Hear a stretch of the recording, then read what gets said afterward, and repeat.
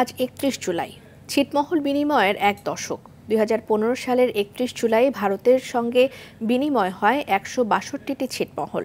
এতে ৬৮ বছরের বন্দি দশা থেকে মুক্তি পায় সেখানকার বাসিন্দারা। কুড়িগ্রাম উত্তর প্রতিনিধি আব্দুল কুদ্দুস চঞ্চলের তথ্যচিত্রে বিস্তারিত জানাচ্ছেন লামিয়া তানজিন মাহমুদ। ৩১ জুলাই ২০১৫ মধ্যরাতে বিনিময় ঘটে বাংলাদেশ ও ভারতের অভ্যন্তরে থাকা ১৬২টি ছিটমহল।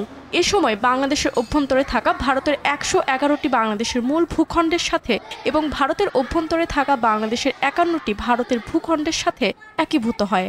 এতে ৬৮ বছরের বন্দি দশা থেকে মুক্তি পায় এসব ছিটমহলের বাসিন্দারা।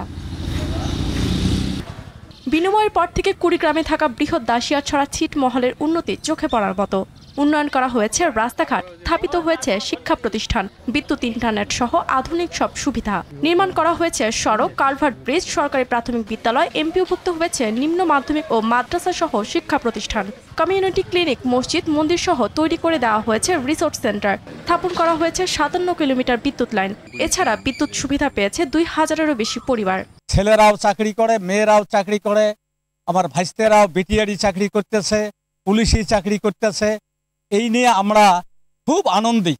আগে ছিটমহলে রাস্তাঘাট, স্কুল কিছু ছিল না, এখন হইতেছে, আরো হবে। আমরা যেন উন্নতভাবে পড়াশোনা করতে পারি। ছিটমহল বিনিময়ের এ দিনটি স্মরণীয় রাখতে প্রতি বছর বিভিন্ন কর্মসূচি করে এখানকার বাসিন্দারা।